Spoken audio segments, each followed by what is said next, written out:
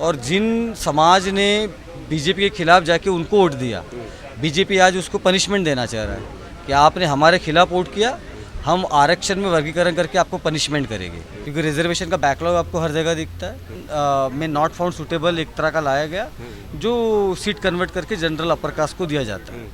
तो रिजर्वेशन के ऊपर सरकार ने, इस देश की जुडिशरी ने और पॉलिटिकल पार्टीज ने अटैक किया है उसको ख़त्म करने के लिए। प्राइवेट स्कूलों का धंधा चले इसलिए सरकारी सिस्टम को भी ख़त्म किया गया। तो 10वीं तक भी तो आपको 18 घंटे काम करना पड़ेगा। आरक्षण को अगर आप केवल एक कल्याणकारी योजना की तरह देखोगे तो आप आरक्षण को समझ नहीं पाओगे। तो उनको बहुत जल्दी से जल्दी अपने दिमाग का इलाज करवाना चाहिए जो ऐसी बात कह रहा है, चाहे इस देश में वो नेता हो या कोई भी हो।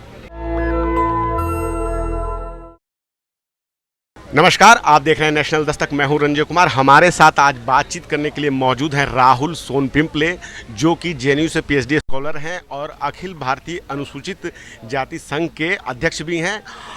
सर, पहले तो आपका स्वागत है हमारे चैनल पे। बहुत बहुत धन्यवाद नेशनल दस्तक का और आपका भी। सर, योगी जी कह रहे हैं कि बटेंगे तो कटेंगे, और आप जो है सोशल जस्टिस की बात कर रहे हैं, तो क्या जो उनका ये जो बयान है कि अगर बटेंगे तो कट जाएंगे, इस पर आप क्या कहना चाहते हैं? नहीं, मेरा ये कहना है कि एक सांस्कृतिक यूनिटी, सांस्कृतिक एकजुटता और आरक्षण के मसले में एकजुटता है, दो अलग अलग मसले हैं। आरक्षण जो है वो, जैसे हम लोग बार बार कहते हैं, अगर बाबा साहब को पढ़ते हैं तो भारत सरकार के साथ में बाबा साहब ने किया हुआ समझौता है कि आज़ादी के बाद आप इस देश के दबे कुचले, सबसे दबे कुचले समाज को क्या देना चाहते हो, क्या उनसे वादा करना चाहते हो, उनके हक अधिकारों के लिए आप क्या करना चाहते हो। लेकिन हम देखते हैं कि उस छोटे से समझौते को भी कोई भी सरकार ने, चाहे पूर्व की सरकार हो, अभी की सरकार हो या अलग अलग राज्य सरकार हो, किसी ने भी उस समझौते को पूरा नहीं किया। क्योंकि रिजर्वेशन का बैकलॉग आपको हर जगह दिखता है। साथ ही साथ रिजर्वेशन में नॉट फाउंड सूटेबल एक तरह का लाया गया जो सीट कन्वर्ट करके जनरल अपर कास्ट को दिया जाता है। तो रिजर्वेशन के ऊपर सरकार ने, इस देश की जुडिशरी ने और पॉलिटिकल पार्टीज ने अटैक किया है उसको ख़त्म करने के लिए। उसको टिकाने के लिए बहुत कम काम किया।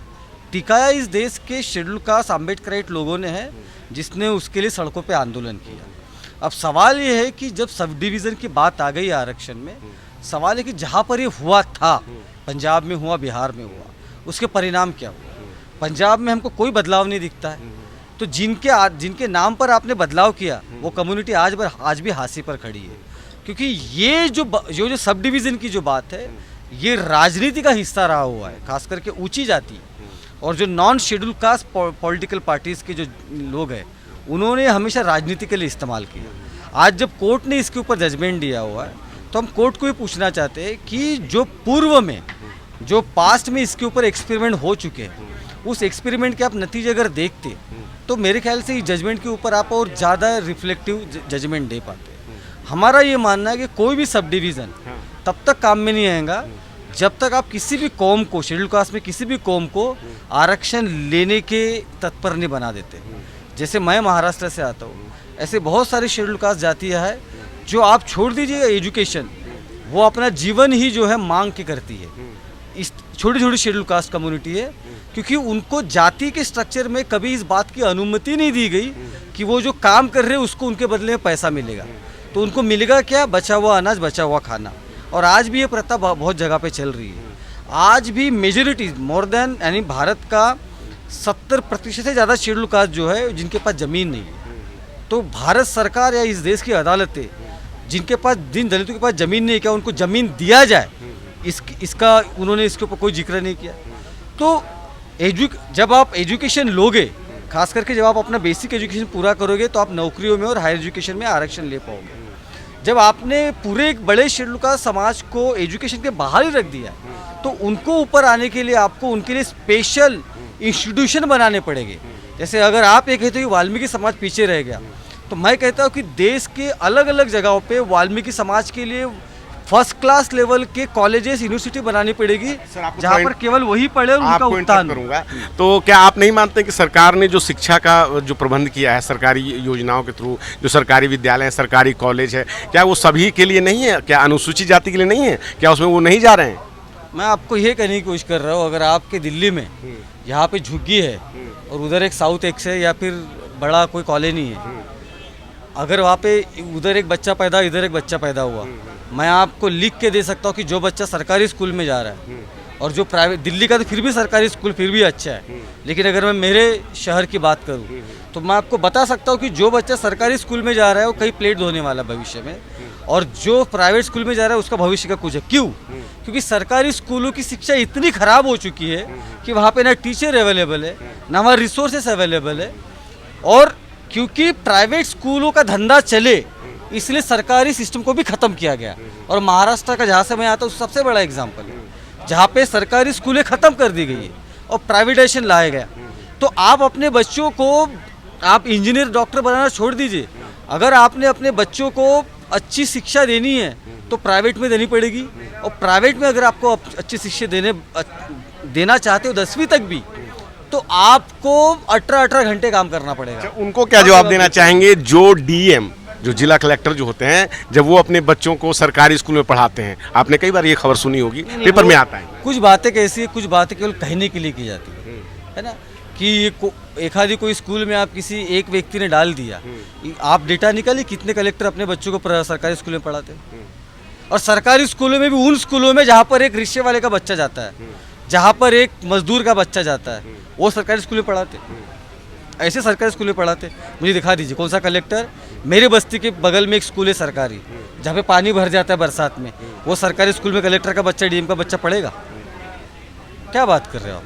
ऐसा नहीं होता है। आरक्षण को अगर आप केवल एक कल्याणकारी योजना की तरह देखोगे तो आप आरक्षण को समझ नहीं पाओगे। आरक्षण केवल एक कल्याणकारी योजना नहीं थी, आरक्षण इस देश के सरकारों के साथ में, भारत राज्य के साथ में शेड्यूल कास्ट का किया हुआ समझौता है। अगर आप आरक्षण की बेसिक बुनियाद को अगर आप समझना चाहते हो तो बाबा साहब ने भी ये कहा था जब ये सब डिवीज़न का मसला उनके पास आया था कि आपको शेड्यूल कास्ट में अगर आरक्षण शेड्यूल कास्ट का उसका बेनिफिट उठाना है, अगर मैं चाहता हूँ कि आप शेड्यूल कास्ट का बेनिफिट उठाए तो सरकार को एक रेडिकल मेजर उठाने पड़ेंगे, क्रांतिकारी ऐसे बदलाव करने पड़ेंगे जहाँ पर शेड्यूल कास्ट का बैकवर्ड से बैकवर्ड व्यक्ति अच्छी शिक्षा ले पाए। सर एक सवाल है, आम जनमानस में ये चल रहा है, जैसे अब मीडिया में कई जगह ये सवाल आया कि देशद्रोही नारे लग रहे हैं कुछ टीवी चैनलों पे, आप पूरा सवाल सुन लें। और फिर कि जैसे आम जनमानस जो आम पब्लिक है वो सोचती है कि सुप्रीम कोर्ट है, सुप्रीम कोर्ट ने ये फैसला दिया, उनकी बात नहीं सुनी जा रही है, देश के इतने बड़े जज हैं, उनको क्या जवाब देना चाहिए? सुप्रीम कोर्ट ने SC/ST एक्ट में बदलाव की बात की थी, उसके खिलाफ आंदोलन किया था, पार्लियामेंट में वापस लिया था ना, तो तब वो एंटी नेशनल थे क्या? जिन लोगों ने आंदोलन किया वो एंटी नेशनल थे?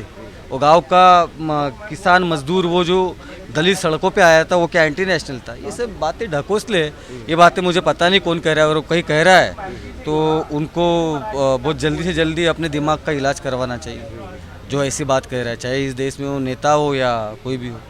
मुझे ये लगता है सर संविधान इलाज की ज़रूरत है। अच्छा, उनको दिमागी इलाज की जरूरत है। सर इस देश में सभी पार्टियों ने संविधान बचाने की लड़ाई लड़ी थी, हालांकि जब चुनाव ख़त्म हो गए तो सबसे पहले बहन मायावती जी आई जिन्होंने इस मुद्दे पे विरोध किया, और उसके बाद RJD भी बिहार से आई और चंद्रशेखर समाज। तो वैसे लोगों को क्या जवाब देना चाहेंगे जो संविधान लहरा रहे थे? नहीं, बिल्कुल दुख की बात है कि जिन्होंने इस देश के दलित आदिवासी का वोट लिया संविधान के नाम पर, आज वो इस पर चुप्पी साधे हुए हैं।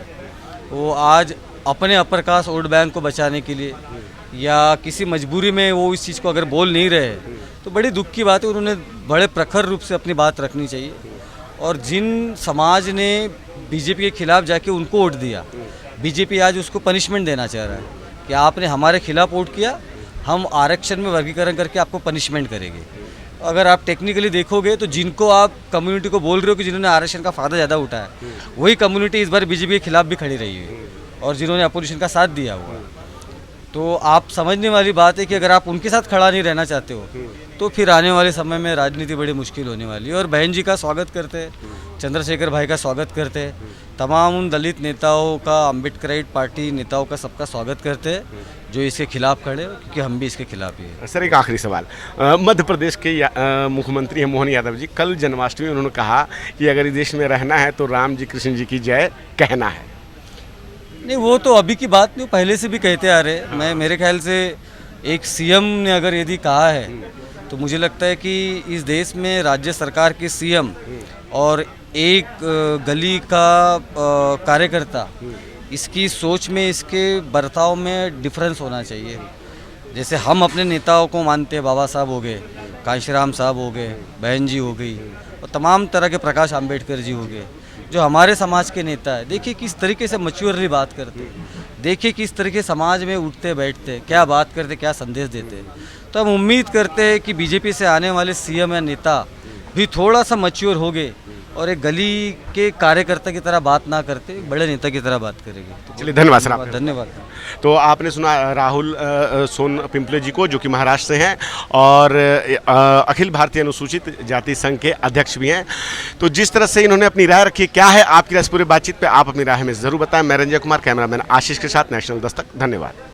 नेशनल दस्तक की आपसे गुजारिश है कि अगर इसको बचाना चाहते हैं तो नेशनल दस्तक को सब्सक्राइब करने के लिए रेड कलर के सब्सक्राइब बटन को दबाएं, फिर बेल आइकन की घंटी दबाएं। नेशनल दस्तक को बचाने के लिए बहुत जरूरी है कि हर खबर को शेयर करें, लाइक करें, कमेंट जरूर करें।